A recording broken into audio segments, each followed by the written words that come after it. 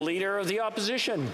People are tired of hearing about his concern. They want to know what he's going to do to reverse the damage he's caused. He brought in a bail system that allows repeat violent offenders back out in the street again and again, sometimes released the very same day. In Vancouver, the same 40 violent offenders were arrested 6,000 times in a year. That's 150 arrests per criminal per year as a result, a direct result of the Prime Minister's easy bail system. Will he replace bail with jail for repeat violent offenders? Right Honourable Prime Minister. Speaker, we will continue to work on bail reform, including working with the provinces to ensure that we have a fair and responsible system that keeps Canadians safe right across the country. But if the member opposite was really serious about moving forward on keeping communities safe, he'd back our upcoming Bill 21 at third reading to make sure that we're keeping assault weapons out of the hands of people across this country, that we're strengthening gun control to freeze handguns, that we're continuing to move forward instead of being in the pockets of the NRA to focus on Canadians. The Honourable Leader of the Opposition. Unbelievable. He thinks that a hunter in Nunavut is responsible for the stabbings in downtown Vancouver. How ridiculous. Under his policy of targeting law-abiding citizens while we're allowing repeat violent offenders to go out on the street again and again, we've seen a 32% increase in violent offences. And in fact, one of the detectives close to the case in Toronto said that the offender was out again on numerous releases.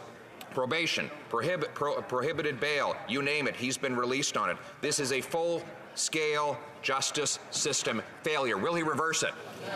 The Right Honourable Prime Minister. Mr. Speaker, amidst all this tragedy, it's interesting to see the lengths to which the Conservative leader will go to avoid talking about his desire to weaken gun control in this country, to bring assault weapons back into the communities where they were banned over the past couple of years by this government. We've put a freeze on handguns, the market across the country. We're strengthening gun control, and every step of the way, the Conservative Party stands against it, Mr. Speaker. And that's why I'm asking them, with their concerns about public safety right now, will they step up and accelerate the passage of C-21 when it comes back to this House for third reading? Leader of the Opposition. When we were in office, in the last year, there was 124,000 fewer violent crimes than there was last year.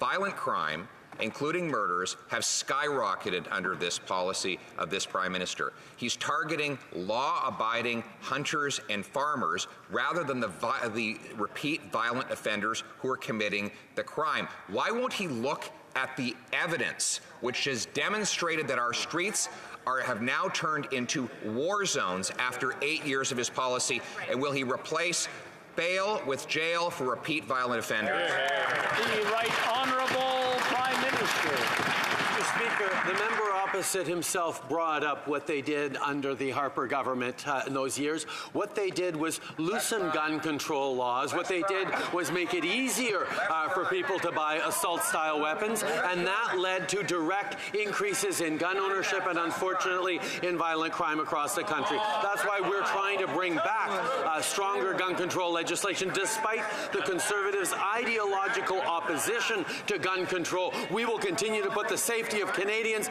and their communities first. We will continue with stronger gun control laws right across the country.